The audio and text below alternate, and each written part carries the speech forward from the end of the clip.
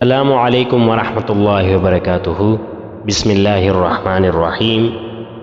آج جس حدیث کے متعلق ہم گفتگو کریں گے اس کا مفہوم، اس کا عنوان دائمی اجر و ثواب کا حصول۔ حضرت ابو ہریرہ رضی اللہ تعالی عنہ سے روایت ہے کہ رسول اللہ صلی اللہ علیہ وسلم نے فرمایا، انسان جب فوت ہو جائے اس کا عمل منقطع ہو جاتا ہے، مگر تین چیزیں کہ مرنے کے بعد بھی یہ اعمال ختم نہیں ہوتے، اس کے نامہ اعمال میں لکھے جاتے ہیں۔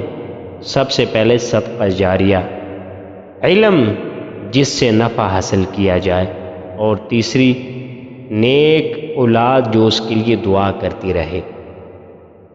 حدیث سے ہمیں کیا حاصل ہوا کہ انسان مرنے کے بعد اس کا جسم ختم ہو جاتا ہے، وہ فنا ہو جاتا ہے، سب کچھ اس کا ختم ہو جاتا ہے، مال دولت اولاد اس کے یہیں پر رہ جاتے ہیں۔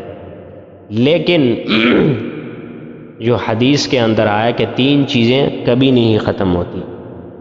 ایک صدقہ جاریہ کہ جو اس نے اللہ کی راہ کے اندر صدقہ دیا، وہ اس کا ثواب تب تک اسے ملتا ہے جب تک اس صدقہ جاریہ سے کوئی فائدہ حاصل کرے۔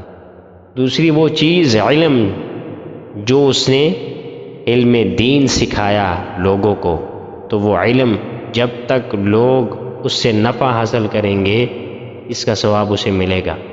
اور تیسری چیز نیک اولاد یعنی کہ مرنے کے بعد وہ اولاد اس کے لیے دعائیں مغفرت کرے، اس کے لیے قرآن کی تلاوت کرے، اس کے لیے استغفار کرے، اس کے لیے ایصال ثواب کی دعا کرے۔ یہ چیزیں اس کے نامہ اعمال میں لکھی جاتی ہیں۔